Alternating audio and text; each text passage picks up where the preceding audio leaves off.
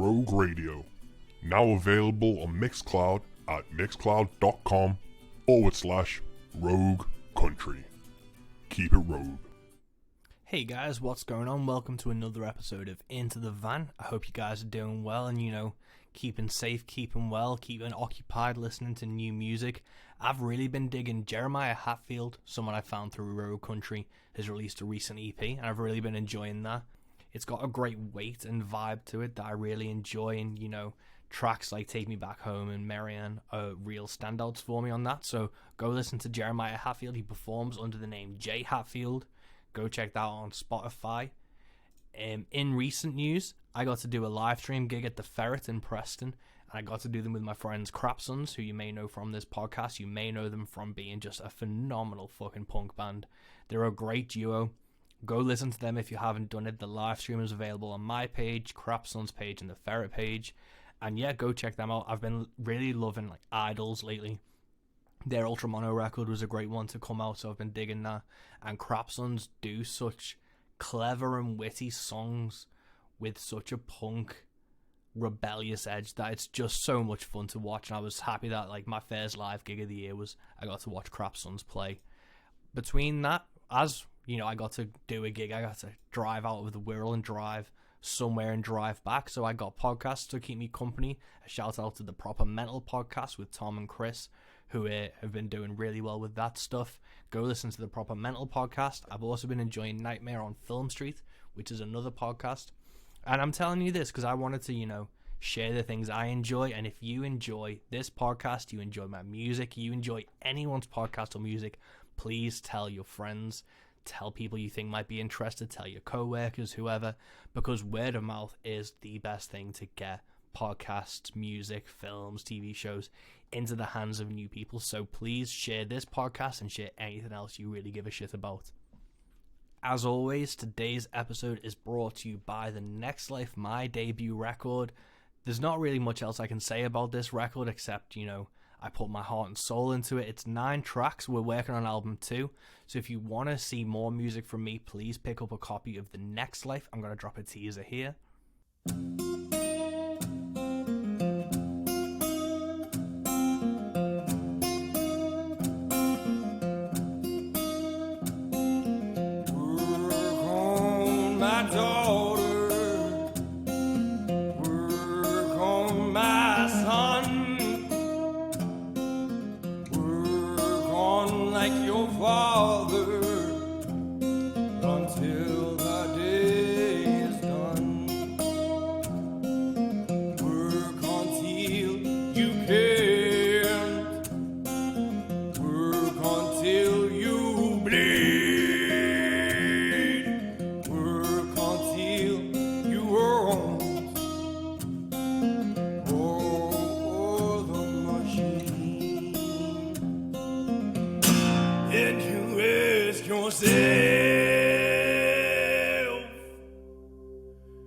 Am I free?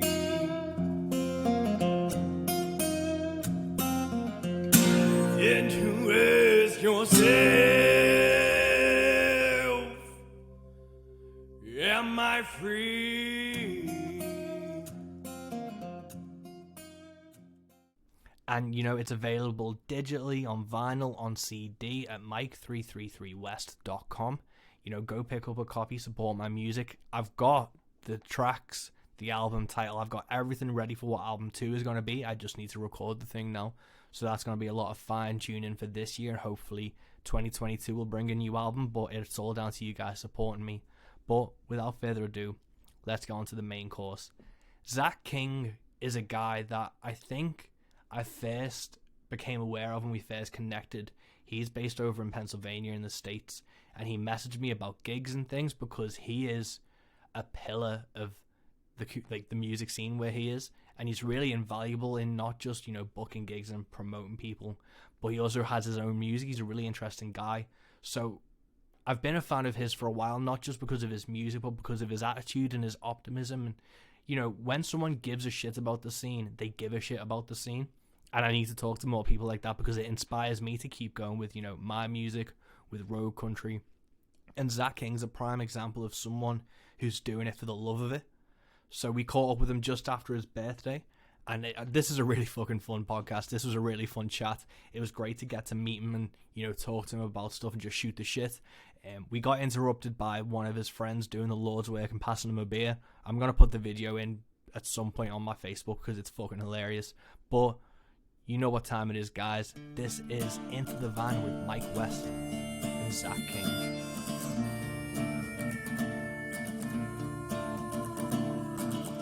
Welcome to Into the Van with me, Mike West.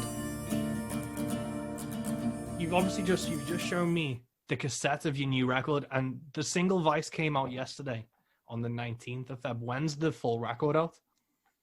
Good question. I think I'm gonna put it out probably within a month. I think. I think that's how they do it. Like put it out a little bit at a time. So. Yeah. We might put out one more song before we let it all loose, but yeah, the whole thing should be out in about a month, I would assume. Cool, man. And what was you kind of thinking? Because cassette seems to be making a bit of a comeback now. That seems to be, vinyl's had its resurgence for the last few years, but I've seen a few different people like Harry Pedigo did his EP on a cassette and stuff. What was your process behind it? Well, we first did when we started doing the recording process around the start of the pandemic, and so we were doing a least of all sound recording. I don't know if you've ever seen that. It's like a thing they do in Brooklyn where they cut it directly to vinyl or whatever. But we didn't get to do that because of that, so we instead did some shut-in session, I think they called it, and we were recording it at a local studio called Shaw Ranch Studios, where I'm from in Pennsylvania, and we recorded it on a reel-to-reel to give it that vintage vinyl sound, And so the initial recordings were just me and a guitar and used for that. And I have a tape player in my car, and I hardly ever used it, but somebody had mentioned something about it, being good on a cassette maybe too. And I thought it'd be worth trying it out because I could at least test it out, Yeah. And that's what it came down to. And then some other friends of mine, they took up the task of cutting it onto the cassettes, and it was really a shot in the dark. I had no idea that it was a thing coming back, and it just so happens to turn out that that's what's happening. And even a broken clock is the right choice a day. So. Yeah, it's weird how stuff kind of resurges, and I think especially in the DIY community, tape has always had that kind of place in people's lives. I had a mate who had this really old fucking car, and it only had a tape player, and so we got a load of tapes off eBay. So it was Pearl Jam and fucking Alice Cooper or anything you could get on cassette. And I know a guy in the Netherlands who collects new music on cassette, so it's weird that people just have this kind of nostalgic feel for it, and it's also, it's a necessity. If you have a tape player in your car, that's the only thing you can fucking listen to. You'll get a cassette, but it's that weird Venn diagram of where it overlaps, and it just seems to have just hit at a really weird time in the last year or two where cassettes have had this comeback. It's cool, man. I'd like to do a cassette. I think I don't have anything I could play it on. I've got CDs, and I don't have a CD player in my house or in my van. That's how I feel. Most people that have bought the cassette from me say I don't even have a cassette player. And it kind of blows my mind, but I guess, I appreciate the support regardless. But it is kind of a dying thing, but it's very nostalgic. Growing up, I mean, I had a cassette for a couple years maybe before CDs kicked in, but it's pretty nostalgic. Definitely not the nicest form of listening, but nonetheless, it gives it a cool feel. Yeah, it's interesting, man. And I think when you're saying folks will buy it even though they can't play it, it's just if someone really enjoys your music or wants to support you, it doesn't really matter. If they have an outlet to support you, they will, which is always an interesting thing to see. But with the record and stuff, when did you start recording it? Way back when, or when did you start the writing process really for the new record? Well, some of the songs, all the songs on there is 5 songs. They're all original songs. I started writing some of them years ago. The oldest one's probably like 8 years old at this point. I don't know. But the two newest ones on there are Ohio and Whiskey Words and Rhymes. And I probably started writing those both. Ohio's the newest, probably within the last 5 months, 6 months. And then Whiskey Words and Rhymes is probably like, I don't know, maybe a year, 2 years old. Cool, man. And is this your first record you've brought out, your first EP?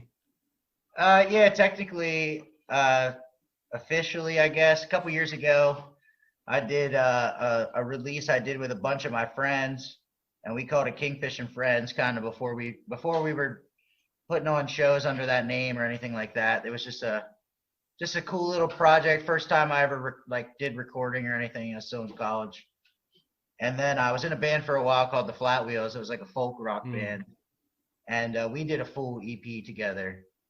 But yeah, this is the first time I think I took it like all the creative direction, and yeah, I took the undertaking of putting it out, connecting with folks like you, so yeah. No, it's cool, man. And like, I always kind of like the first record because, like the same thing as myself is you have these songs that you've kind of been sitting on for like 8+ years. And then it's like, you finally get to bring them out to the world. And then once you've done that, you also have the terror of now you've got a second record at some point to do, but you don't you don't have 8 years of songwriting before then. So it's like, what will be like out now with that 8-year difference between songs? Did you find your writing style change or shift at all? Well, yeah, I'd say I'm getting a little better at it, but I wouldn't say it's changing much. I still struggle with that. Like you said, like now that they're all out, it's like, okay, all the cats are out of the bag, and what else am I gonna pull out of this hat? So lately I've just been trying to do that, like take the time to not really focus on having more material for release, but just getting more focused on the idea of just being in the habit of creating material instead of waiting for inspiration to strike, because that takes 8 years sometimes. Yeah, man. And like, who were your influences for this record, and what made you pick up guitar? Because like, I was listening to your EP and Whiskey, it had like a Christopherson vibe to me, like an early Christopherson vibe of that kind of storytelling, but it's not like John Prine's storytelling. Like, to me, Prine and Christopherson are like two of the greatest songwriters ever, and they both tell stories, but how they approach it is just so subtly different that you can kind of start putting songwriters in different camps. And I always thought yours had a Christopherson vibe. Is he an influence on you at all? Oh yeah, I mean, I love Chris Christopherson. I mean, the story songs, like the fragmented phrases kind of thing. Yeah, that's a huge inspiration.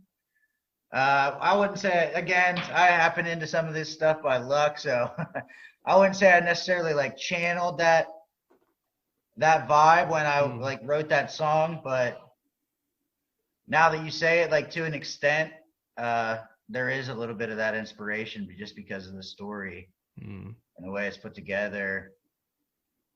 You know what I mean? Chris Christopherson doesn't say it all. You know what I mean? Yeah. He leaves some space for you to fill in the blanks. And I always like that. Yeah, man, it's a really like interesting thing. Like, I always found what Christopherson does is he does leave those gaps where it's like a collaboration between what the listener is interpreting it as. I always really enjoy those type of songwriters. But who like made you pick up a guitar in the first place, or who were your, like, when you realized that music wasn't just music and you started actually tuning into like your own styles and tastes? Oh, I mean, when I was a kid, actually, I listened to my dad was like hardcore country fan. So that's my grandparents and those folks. So that's where that comes from. My mom is actually very stark difference and like loves hip hop and R&B and all that. And so I definitely jive with all that too. And but no, like when I was a kid, I listened to all kinds of music, and I always, like as a young kid, could tell the difference between the instruments. Something was going on there. But it wasn't until there was a neighbor guy that lived next to me growing up. He was probably in his 70s by the time I met him, and I was probably 14. But he had a bluegrass band, and they would have jams over at his house. And just like seeing it in real life,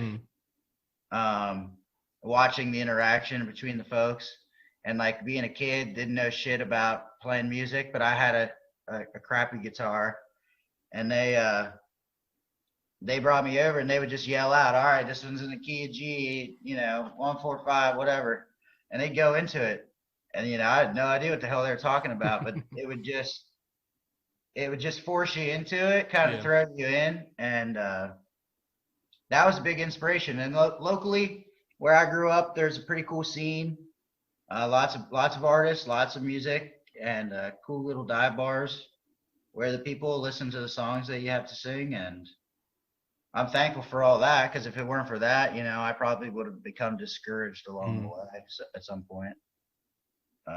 But I wouldn't say it was necessarily any one like famous singer or anything like that.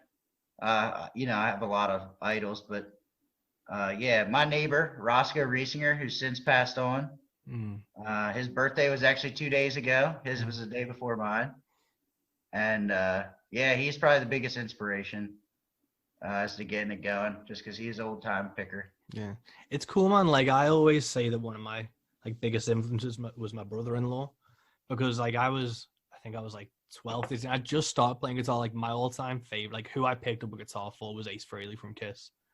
But nice. I was just kind of like bashing out chords. I wasn't really doing anything, and then my sister brought home this guy who was also like, he was a guitarist and he was in bands. And the second you see someone in real life playing it, not even they don't have to be playing stadiums. They can literally be playing in a fucking back room or on a porch somewhere, and you go, oh, this is attainable. This is actually a thing. And then they start teaching you stuff, and it opens up this whole world. I think it's just an insane, amazing world to walk into, and it's those influences that you don't realize how like important they are. Like obviously, like I can go through like Tony Iommi, Christopherson, Cash, or whoever, but then it's like my brother-in-law was a huge influence, because he was who showed me the actual real practical side of things. Yeah, exactly. I think it's like you hit the nail on the head kind of with how I feel about a lot of my friends. It's like it's inspiring to have so many friends that are as talented or more talented, and it's awesome. Like it's very inspiring to be surrounded by people who encourage you to do your craft just by doing their craft. You know what I mean? Like, and in Central Pennsylvania, there's a lot of people that are kind of really doing something, and that's inspiring to see. I always say, like, it's important that your friends it's important to support your friends, but most importantly, it's important that your friends, remain your heroes. Yeah. Like, instead of the other way around, you know what I mean? Like, trying to be with people because they're somebody, you know what I mean? Yeah, that's such a big thing. And like I was talking to Eli Gardner, who I've just did a podcast with last week. He's in Minnesota. Minnesota has this great scene at the moment with folks like Luke Hendrickson or Tate McLean and the Plothounds. I got Luke's record because of watching this show, man. Thanks so much, man. It's such a fucking good record. But they've got that kind of scene. It's also what you've kind of built in like Central Pennsylvania with Kingfish and Friends. And in the UK, that's what we're trying to do a bit with like Road Country and stuff, is because there's like, you can say it's a scene, but it is people, like someone kind of breaks ahead and gets above the surface, and then everyone tries to like latch onto them to try and further it, instead of actually being friends and just being supportive and being like, wouldn't it be fun to do a show together? And exactly, it really hit home. I watched like the Heart-Worn Highways documentaries I watched, like the 70s one and then the Revisited from 2015. And like, I just have that kind of ache of wishing I had that kind of network. But with you in Pennsylvania, when did you start realizing you had that kind of community there? Was it all just kind of organically, you were all friends anyway and realized like you were kind of into the same music and playing together and stuff? Yeah, I mean, you're right though. That Heartworn Highway shit, dude, that's the vibe that everybody wants, man. That's it. And like, I mean, kind of like back home growing up, like I said, there's a little dive bars. There's a place we all call Chicks. It was owned by a local legend fiddle player who, just happened to start this small little one-room bar in the 60s sometime. And they'd have live music, and it wasn't nothing fancy. You just sit around a table, like no microphones or nothing, just play. And like when I was 15, 16, we'd go there and, you'd bring your guitar, and if you sit around the table and you could be loud enough that the folks in the bar could hear you and still, do their thing, then they would be able to listen to you, And so we kind of had a little thing like that, which is pretty cool, and I'm very, thankful for that. But yeah, a lot of communities don't have that, and that's it's a damn shame, obviously. But yeah, we had a little bit of something like that. It still goes on today. Chicks is still there. It's new ownership, but we've had the opportunity to produce some shows there, and we've met guys like Pat, Pat Reedy, and Travis Egner had been there, and a couple other folks that we met along the way. And and that's the biggest thing, I think, is that it's like you're saying, one person will rise to the top and everyone wants to go up there instead of just kind of coexisting and camaraderie. Like the camaraderie is a big thing, man, like having that love for each other's music and the style and appreciating everyone's point of view, what they're doing, what they're writing. Yeah, it's crazy, man. I think that's what like you've kind of done with like your podcast, and because I remember we first started talking because you were obviously booking shows, and you reached out to me, and obviously I'm fucking dying to get over to the States to play eventually, but you do actively try and bring people into the fold, and it's not because someone's necessarily doing well, it's because you're a fan of them, or you just enjoy them as a person, you just want to connect. And that's what I think is missing from especially the UK scene, as I think no one's really trying to connect and actually just hang out and like play music. Everyone's just kind of like, well, we can hang out, but it'll be on a show that we're going to try and sell tickets for. And it's like, when do I get my fucking Heartworn Highways moment, man? When do I just get to sit around a campfire and hang the fuck out with people?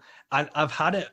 You have those like glimmers sometimes that just make it incredible. And I think the more people realize that that's the goal, man. That's when you've made it as a, like, not even as a scene, as like friends, is when you're just shooting the shit and playing music and stuff. And that's what I'm really envious of in terms of like what you guys are doing, what the Minnesotan scene's doing.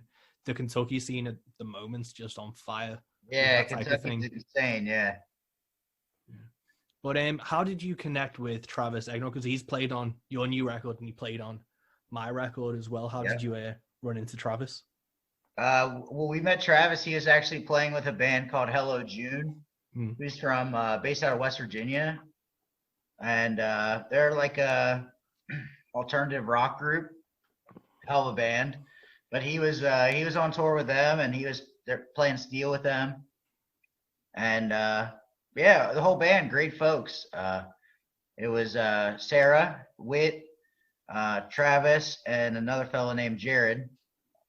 And great group of people. And we met Travis and just happened to stay connected online from that experience. And then I think when we got to doing this record, and I bought a pedal steel and I've been practicing, and but I wasn't confident enough to lay it down. And so I seen Travis was putting something out about it, and I just reached out to him, and he was happy to help out, which is really cool. Love Travis, he's a hell of a guy, nice guy, and hell of a player too. He plays everything. He played bass, steel, he pulled accordion out his ass and laid that down on the song. Yeah, he's a hell of a talented guy, and so yeah, really appreciate him doing that. And you know, we connected too when I saw he played on your record too. Yeah.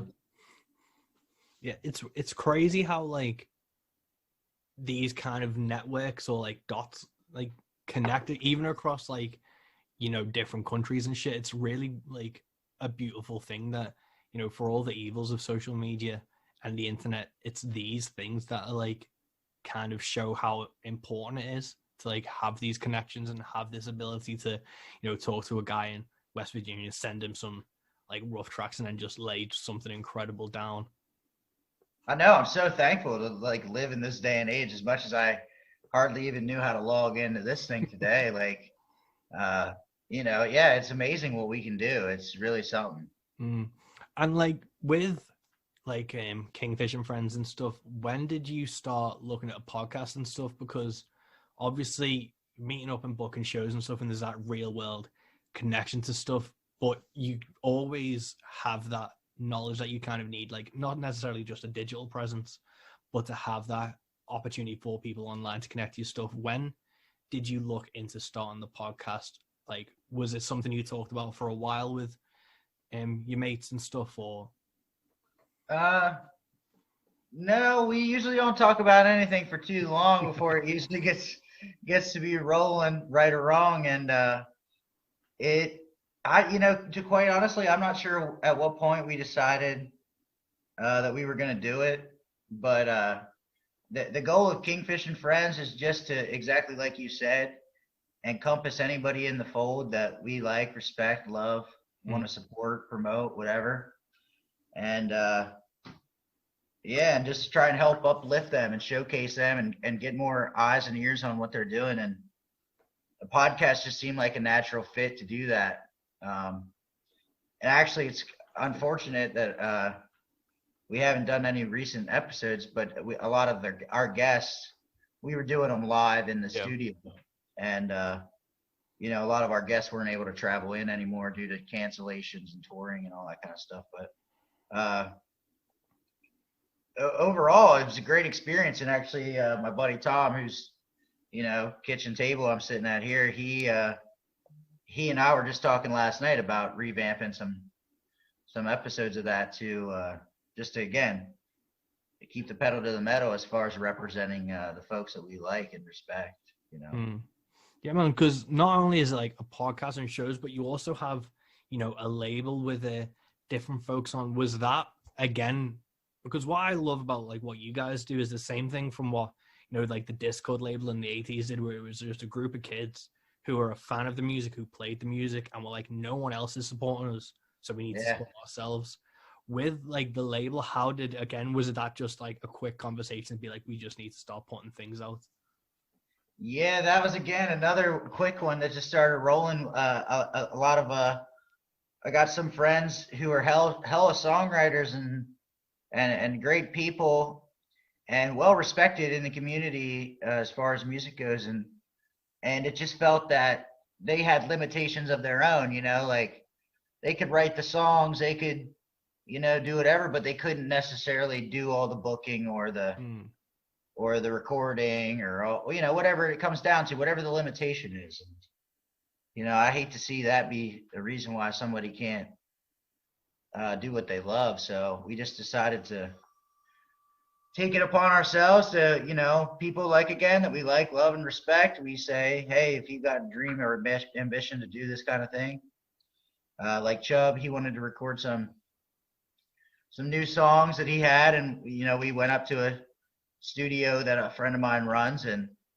we've been out there recording songs. We plan to release those songs under the Kingfish label, and we're facilitating promotion, you know, production, recording, whatever, man. We're trying to do whatever we can, dude. Yeah. Like, not that we know what we're doing, but well, that's the main thing. And you always learn by doing it. Like, that's what I think a lot of people kind of either don't realize or kind of forget is you see people get a manager when they've got like 3 songs written.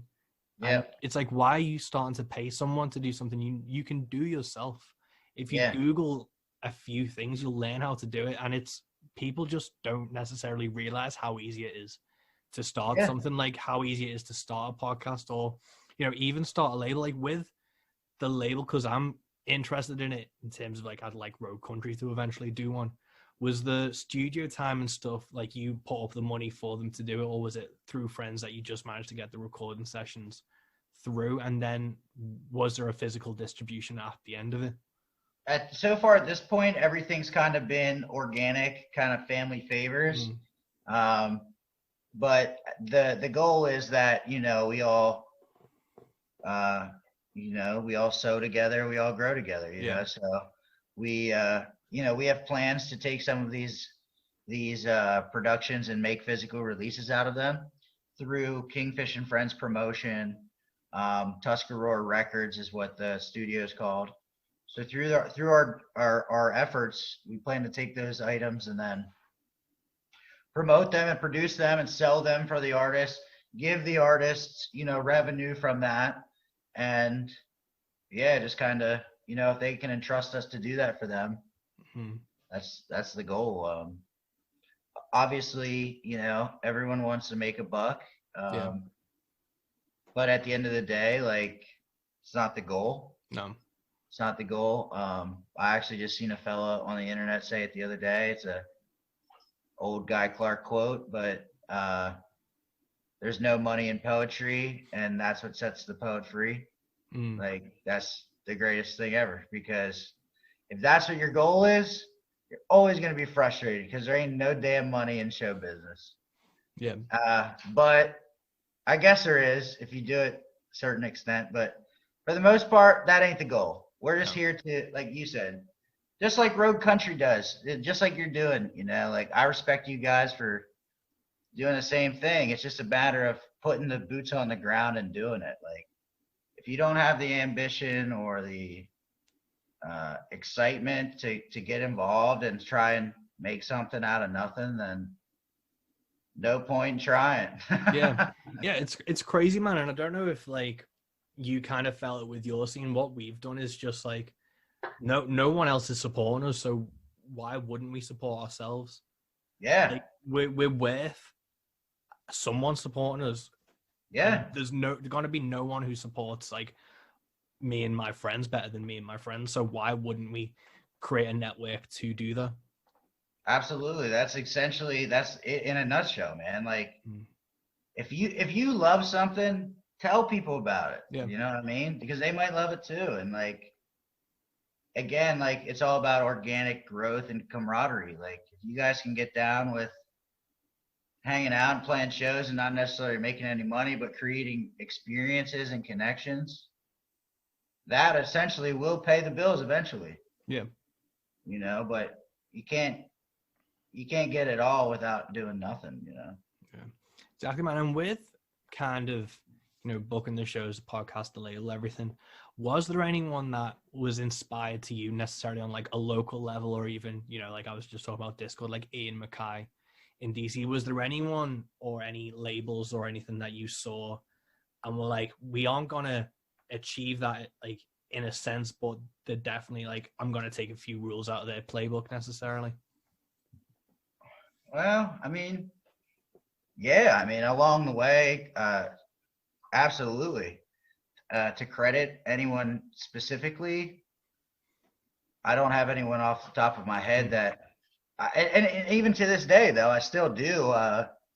There's a lot of folks not that I watch them as far as like competition or anything like that, but you can always learn something from somebody. Yeah. You know what I mean? And somebody's always going to do something a little differently than the way you would.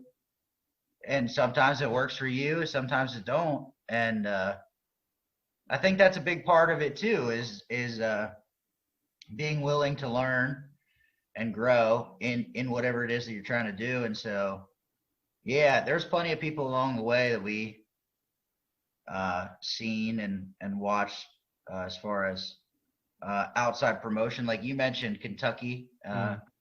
Again, the Kentucky music scene. When a couple years ago, I was playing in a folk rock band, and we listened to a lot of bands like the Fox Hunt and stuff like that. Darren Hackward and John Miller and those guys. And, they start to really rise up to the top, and it was really cool to see how it wasn't just, and then Tyler Childers, and it wasn't just like a one guy, a flash in a pan kind of thing. It was very much so community. It was a community uprising, I guess you would call it. And there's something to be said for that, because that didn't just happen overnight. It wasn't like a decision they made at the time. No. That's just how they are. They are very supportive of each other. They love each other. And they're all in it together, in it to win it, right or wrong, whatever they're doing. And there's something to be said for that, the camaraderie and the connection between the people.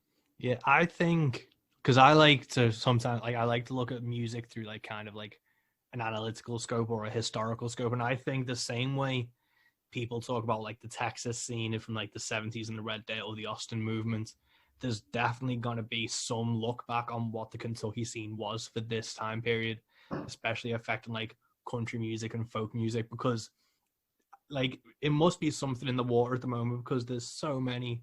Obviously, like, Childers is, like, the biggest one, but you've got, like, people like James Reed, or, those kind of folks like Walter DeBar, who are just fucking, like, killing it at the moment. And just James Reed's the guy I seen say the Guy Clark quote, actually. Yeah. I've been following him a lot. I like his music.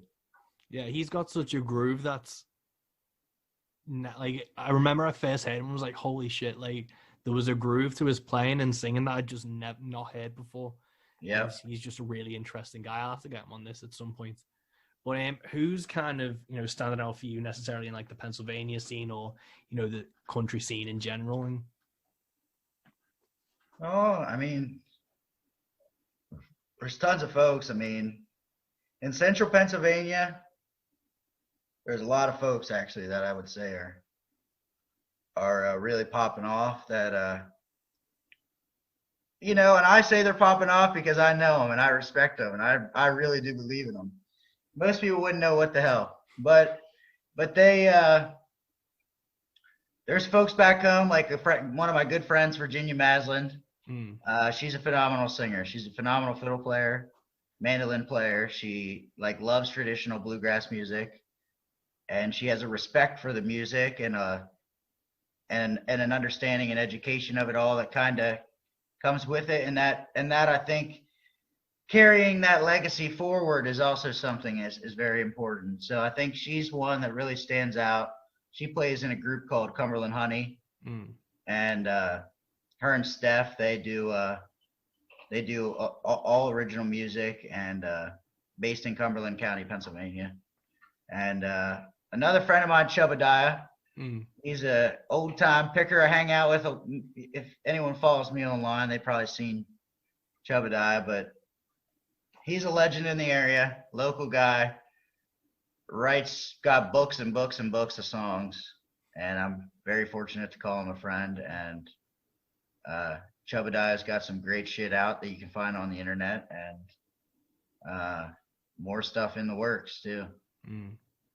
Yeah, but those are probably two people I would really point out in my area.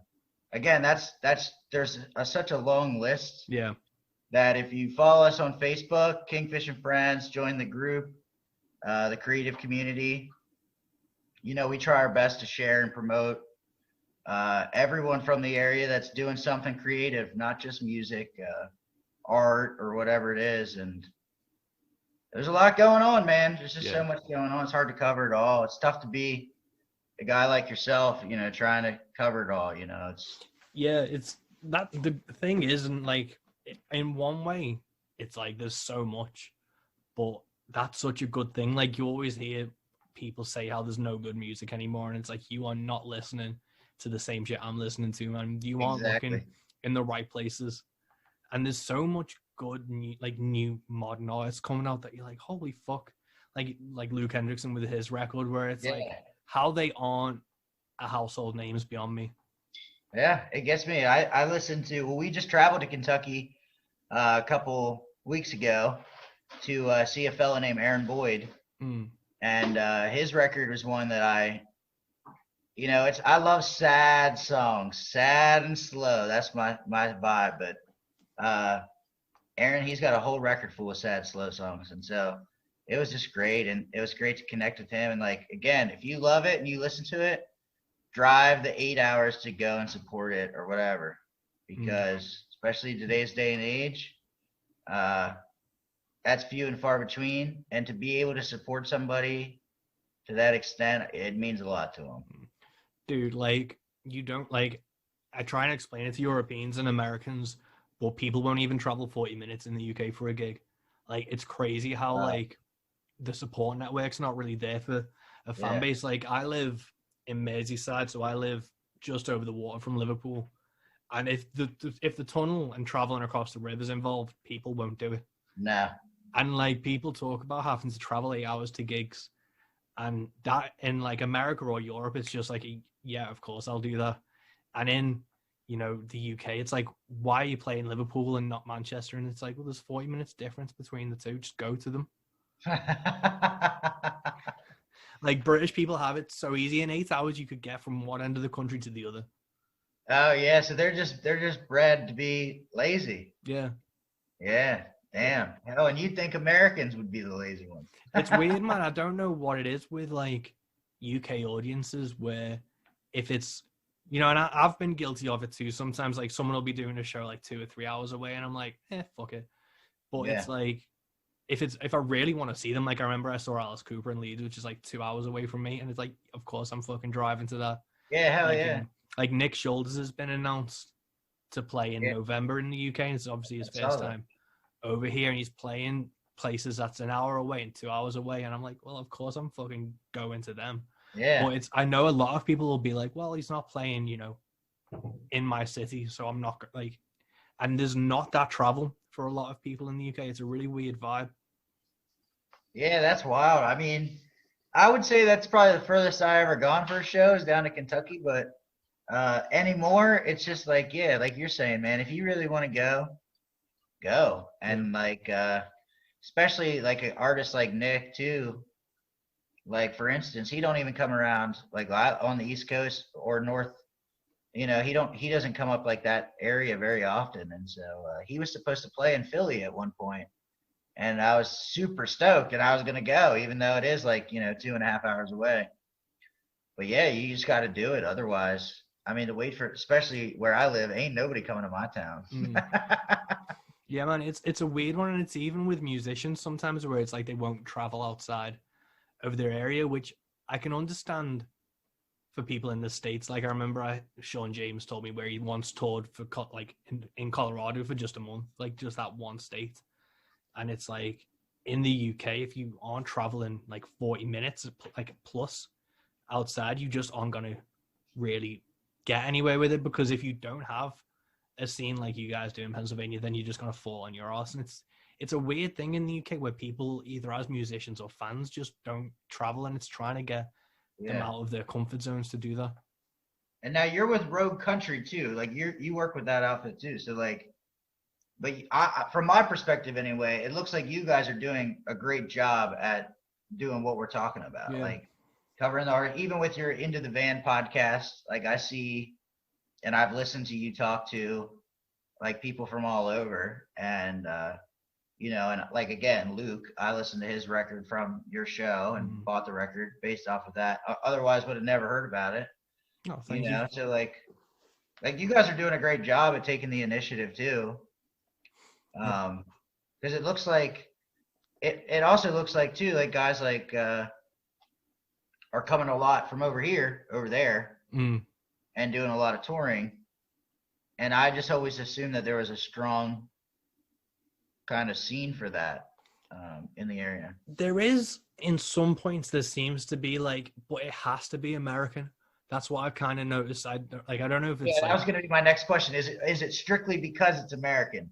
Yeah, it's the same thing. Like, I've found, like, I do better in, like, Europe than I do in the UK. And I don't know if it's because if you travel outside of, like, your own, like, hometown, people just have a bit, like, they just feel like you've got a bit more of a legitimacy to you. Yeah. While, like, if I play, like, just around here, people are like, well, he's not Like he's just from here. He's not It's just made it. life. He's not doing anything. He's just here. But if I'm like playing in the Netherlands, it's like, oh shit, he must be doing well, like in quotes, to be playing over here. Yeah, and I think especially like America obviously has this, like it's the birthplace of country music. Like you can talk about like it being inspired by Celtic folk and all that stuff, but you know, popular country music from the 20th century is an American genre. So I think there's just that kind of, oh, they're UK based, so it's not real country, and it's, you have that kind of issue, but then you have like obviously pop countries like really prevalent everywhere, and then there's a lot of pop country acts in the UK, and then that's what is considered like country in the UK, when there's like artists like myself or Alex Tempest or Josh Bettis and stuff who are playing more traditional or different types that are then like kind of shoved to the side because they don't fit into that one aspect, which is why I think road country's done so well in the 2 years.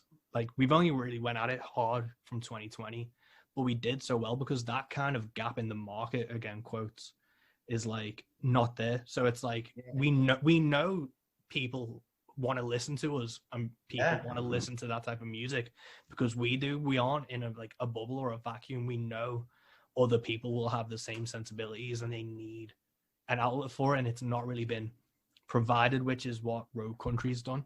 And I'm hoping when shows can start up again and stuff, we can actually get some boots on the ground and start making real world connections, because online's just too ephemeral and too forgettable. It's not until you get to a show where people will actually start to give a shit. Yeah, I agree. Yeah. And ain't it a bitch that pop country's even taken over the UK? Like, it's everywhere, man. Yeah. It's weird, man. And like the hardest thing was there's like the two biggest country artists in the UK are pop country artists. Yeah. So it was like, these are the country artists that everyone needs to emulate to make. And I think they're called the Shires and the Wandering Hearts. I've not seen them. I think that's the names of them. But they are like the pop country ones. And then there's a few other like small ones that are kind of emulating it. But to a lot of folk, that's not country. And I know that in the States, people wouldn't view that as country music because, you know, there's been that divide since fucking Hank Williams died about what real country is. Yeah. So it's weird in the UK that there's still this battle, and then there's like big festivals that only really put pop country acts on, and that's the only real big country music festival. So you don't have the kind of scene there for the people. But it's weird because Tyler Childers came over and then sold out like every date. So it's like, where the fuck are all these people normally? Yeah, where the fuck are they? Exactly, yeah. Ain't that a bitch? Yeah. Like, I was in Manchester and it was like a sold out show in the Academy. I was like, I'm like, this is only 40 minutes away. Where the fuck are all? And it was like young people as well, which shows the power Tyler Childers' music has now, and like the popularity he has, where it's like a big demographic of folks come out to see him. But it's like, where are these people? Normally, obviously, I'm not saying me and my mates are Childers level and people should come out to see us, but it's like, surely if you have that kind of interest, you might be some kind of in some kind of off the beaten path style. It's like you're saying, if everything's so stark contrast, like why aren't they interested in, you know, when I went to college, there was this great arts place that did shows all the time, and they brought regional acts in, and you know, so they didn't do a lot of local acts, and I always said that probably had something to do with it. There was really no connection between the outside and the inside, but they would do all kinds of regional touring acts, and it was behind, like if you were walking from the college, you'd get to the street where all the bars are first, and then behind the bars there's this old warehouse building, and that's where all these shows were going on. And shows would happen in the bars too, but nobody would go. None of the college kids would go to these shows, aside from myself and a couple of my friends. Nobody would go to these shows. They would just rather go to the bar and, you know, listen to whoever's playing there. And now the difference was you had to pay a cover at the show. and you had to bring your own beer at the show. But otherwise, it's the same experience, kind of. Actually probably a better experience, but it's hard to break people's mentality, too, of a difference between a party and a show. Yeah. So that's always a tough thing, too, is when you're putting on a show is how do you get people to actually pay attention? Yeah, man, like in your experience when you've put on shows, what has helped you kind of cut through the noise and stuff? Because obviously you've put on folks like Pat Reedy, who's phenomenal. I've done a show with him over in Liverpool and stuff. What's kind of been your approach when you've been booking and then promoting a gig? I mean, I've been fortunate enough that most of the actual venues that we worked with, have very respectable crowds, music crowds, that when we do music, they're very much so there for the music. So I've lucked out in that sense that I never really had to deal with not a very disrespectful crowd or anything like that. Very much so there for the music. But we do try to promote that too. I mean, like just in the way we carry ourselves at the show too, pay attention and listen and, watch what's going on. And if someone's kind of getting uppity, just kind of let them know, hey, we're here to watch what's going on, what's being said and what's being played. House shows are always great. We love doing house shows because of that. It gives the opportunity to chillax and just see what's going on and not be distracted by all the hoopla of the bar or whatever. And but it is tough, sometimes you want to party too, and there's a time and place for that too. But it's definitely, I think, in our genre, like what we do, you and I, with more of the singer-songwriter approach or smaller bands, playing the listening rooms and things like that are much more beneficial, I think, in the long run. Yeah. The bars are just fun sometimes, but take them with a grain of salt, Yeah, it's a weird one when you start, like, when you first start out, you think every gig is created equal. So you book in, like, the pub shows and the bar gigs, and you realize that you are just background noise. Yeah. Like, I remember I had to, for a few gigs, I had to tell people to turn off the music at the bar. Yeah. Because I'm like, are you fucking kidding me? Yeah, to play the jukebox, right? Yeah. Yeah. Or, like, there was the TV on behind me. That's and it's like, one. just, what the fuck? But then you realize that, like, and it makes, when you find those listening rooms, so much more valuable to be like, oh, this is, you know, one of those shows that, like, are not necessarily rare, but they are just outside of that bar and pub culture. Yeah, it's hard to find. Trust me, there are not very many of them. But yeah, the biggest thing is like just a really cool, a friend or a fan or a friend of a friend, somebody that is interested in having people, strangers in their house, whatever, to play some guitars in their living room. That always turns out to be the best, I think, just because it's all organic, man, and just creating a connection between people, creating common ground between people, especially over songs, like that's a pretty damn powerful thing if you think about it. So when you throw the bar into the middle of it, it just sucks all the life out of it. Yeah, man, I'm really hoping, like, we don't really have house shows over here, and I'm really hoping with how COVID's been threatening venues and how, like, scarce live music is now, I'm really hoping that we can kind of introduce house concerts as a culture over here and try and book a few things in, because they do have that quality to them that you just don't get anywhere else.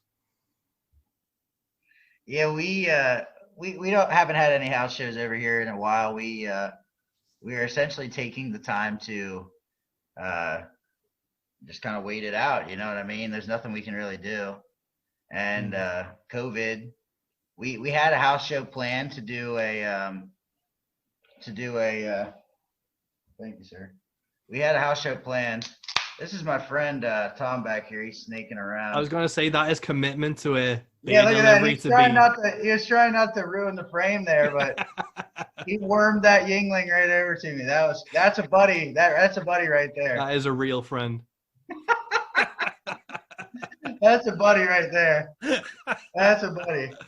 Like, I've just been watching a fucking documentary on like horror films. I was trying not to break my conversation there, or the concentration there. Yeah, man, I've just been watching, and like we got up to the episode about like ghost horror films, and I was just kind of like thinking about it before this podcast, and then I just saw like a body slowly like appearing behind you. And I was like, motherfucker, have I turned into one of these like found footage films? I looked down and I was like, what the hell is going on back there? That's hilarious. That's hilarious. But no, yeah, COVID, I mean, it messed up that whole house show thing. We had some planned, but, you know, they were all canceled just for safety reasons. Obviously, we don't want to hurt anyone. So all that kind of stuff's on hold. And at this point, we've just been really hunkering down. The cassette project was a long time coming, and it just kind of popped up recently. It's been done, and so it's like, okay, we should release it, I guess, you know, and put it out. And we have a bunch of other things that we're working on. And this has really just been a time, the past couple of months has been a time just to kind of really focus on getting some content ready and available. So that way we have our interwebs department covered when the real world kicks back off. Yeah. So that way we don't have to interrupt our real world activities to go back and do internet shit. Yeah. You know, because that's always kind of frustrating too. So we've been recording songs. You know, we're in the process of shooting some videos. You know, trying our best to put together projects for some of our other friends. Gene Nisley, you know, we call him the country music singer. We're gonna do a record for him. We're gonna do a record for my friend Chubb. We put out the cassette tape here for myself. And who knows? Like at this point, man, I'm just happy to help anybody that I believe in, and just like so many people have done for me over the years, like you know, a lot of old time people I met, and just friends, family. You know, I hate to call them fans because, hell, at this point, if you're a fan, you're a friend. You know, like.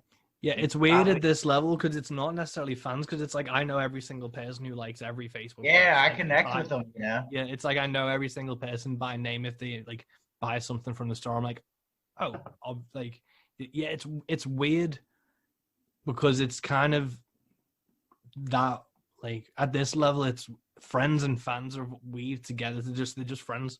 Like, you don't have fans at this level because you aren't at any level where that matters. It's all about just, again, that community and support. Yeah, I mean, there's nothing that can replace that. You know what I mean? Like, it's like, yeah, I keep using it as a reference, but like places like Kentucky, places that have just network support of the artists in their town or in their community, whatever, like that's, if somebody tells you, man, I like your shit, you better be friends with that guy. Yeah. You know what I mean? Like, because to be honest, he might be the only guy that likes your shit for a long time. Yeah. You know, so yeah, I just feel lucky that, you know, I have the opportunity to even play music semi-professionally, and that I have the support of friends that encourage me to support my friends. And yeah, I feel extremely lucky, like to even connect. Like, again, I'm thankful for this internet to connect with folks like you. You know, I've even in the booking sense, it's been easy to connect with guys like Pat Reedy, Chris and Nate of Ryland Brooks, even Dallas Moore, Sarah from Hello June. You know, like, if you're a fan of these people and you really can't help them out in a way, or, you know, even help grow their fan base, whatever, I mean, by all means, if you're in the business, it's worth reaching out. You know what I mean? Like, connections are created every day, you know? Yeah, man, it's a really interesting thing because, again, it's like, if you're a fan of them or you enjoy their music, it's not that hard to support them. Like, you see all that stuff going around Facebook and things where it's like 10 ways to support an artist for free. And it's like, they aren't hard things to do. And it's even if you're a fan of them and you want to put a show on for them, Yeah. That's, if you think you've got the demand and you've got the friend network to do it, you can do that. I remember I've put on one of like these shows behind me was with again, my brother-in-law was a fan of the band, was like, Mike's put on a few shows sometimes, let's connect. And we put on this fucking show, and it was like, it wasn't hard. We broke Yeah, it's even. awesome. That's a success in my books. It was a fucking great night.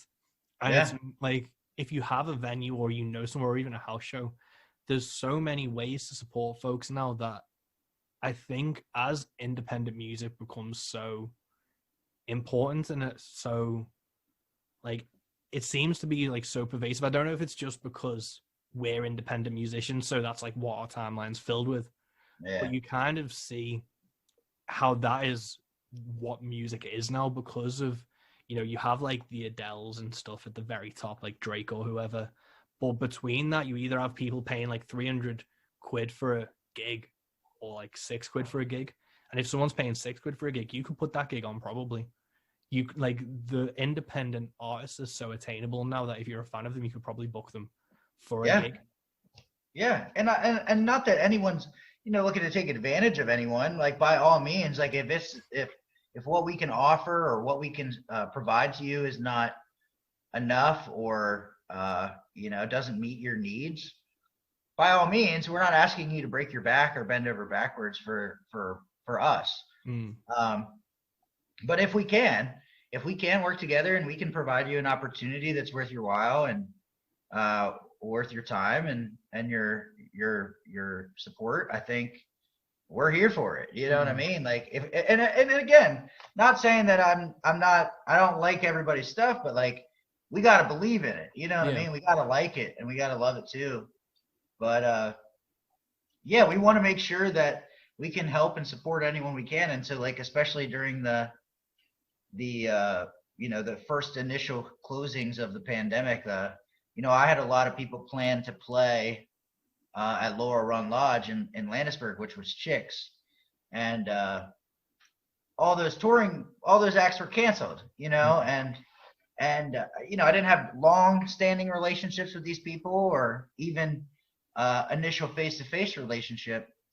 But as far as business-wise, I knew all those people were taking a hit, and if I could do anything myself to help, obviously it's not the same, but if I can do something to provide for them and help them further engage during this process, you know, I would do so. So we took it upon ourselves to contact those people whose bookings were canceled and say, you know, we don't have a large following on Facebook or anything like that, and I didn't have the technical means to facilitate all these live streaming, considering these people were remote. But we offered to pay every single one of them. You know, hey, if you have the time and you're willing, we'll give you the login information to our account. You hop on there. We'll send you some money in the Venmo or whatever, and, you know, take it for an hour and, you know, see if our people will connect with it. We took our time to promote those people. My favorite thing is to blast Facebook invites to bands and artists, to all my people, and they have no idea what the hell it is or who they are, but they like it anyway.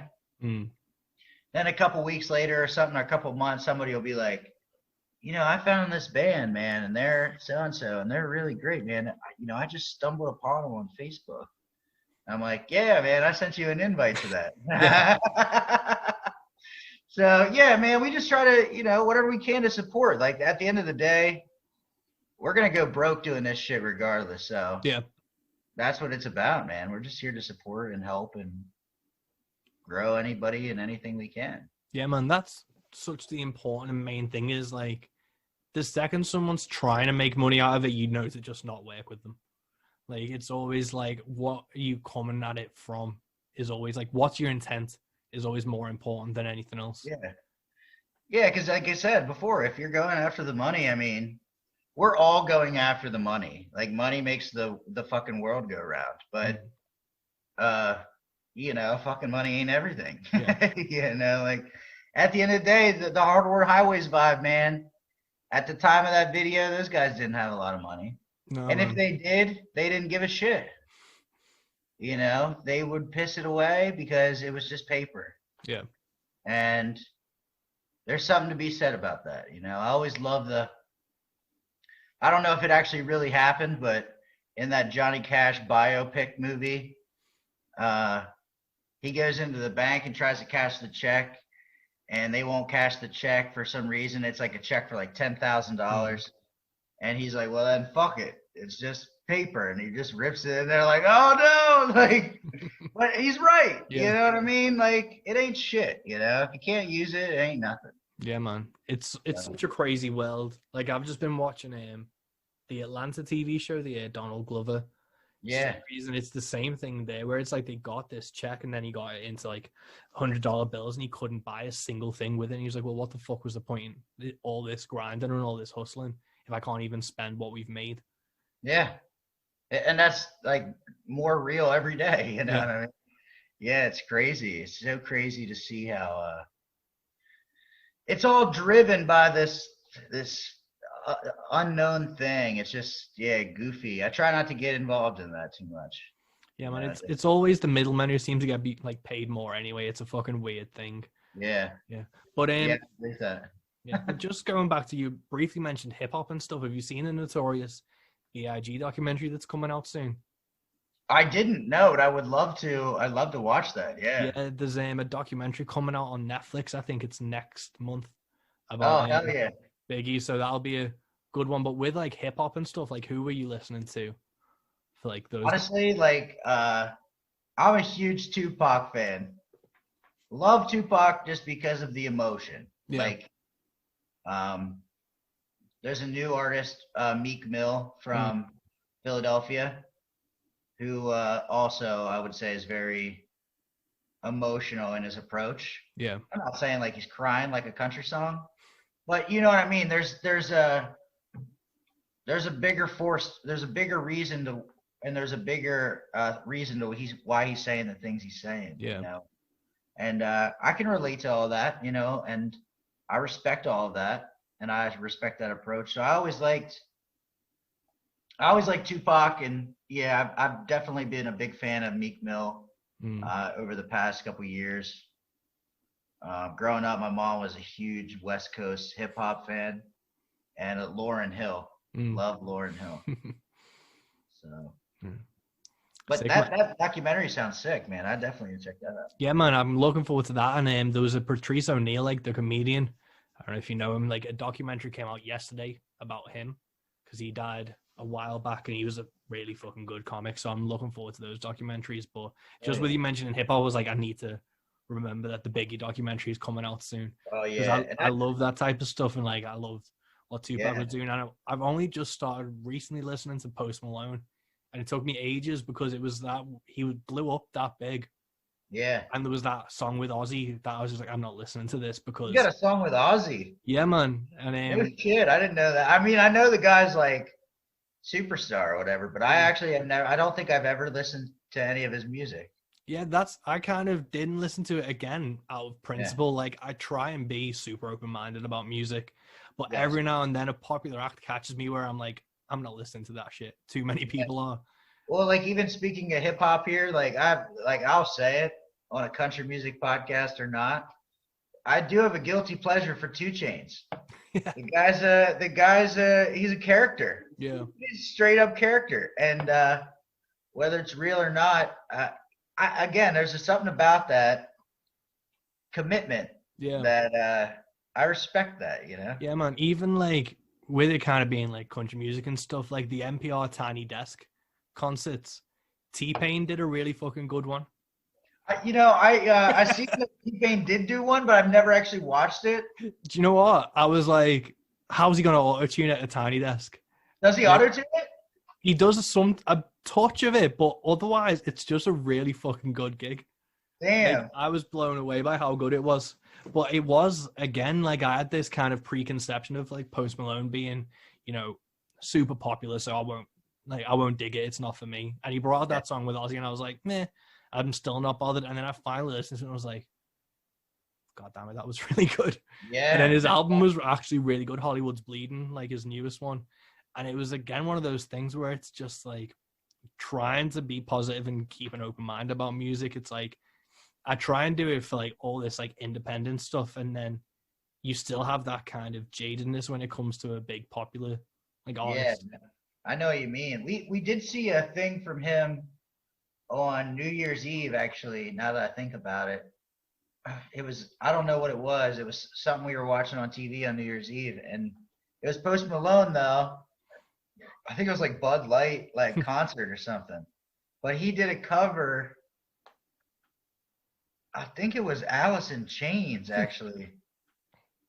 But that's the most I know about him, is that he's actually pretty good at doing some of these. Because I see on the internet, on like Facebook, I always see this one video of him doing Bob Dylan. Don't Think Twice. I think it is that he does. But Yeah, that's all. I never actually listened to his music, but I'll have to check it out because, I mean, obviously he's popular, but yeah. Like there has to be a at the reason. beginning of lockdown, he did like some Nirvana sets because Travis Barker ended up being his drummer for a bit, and like they did like nice. a Nirvana set, which was pretty cool.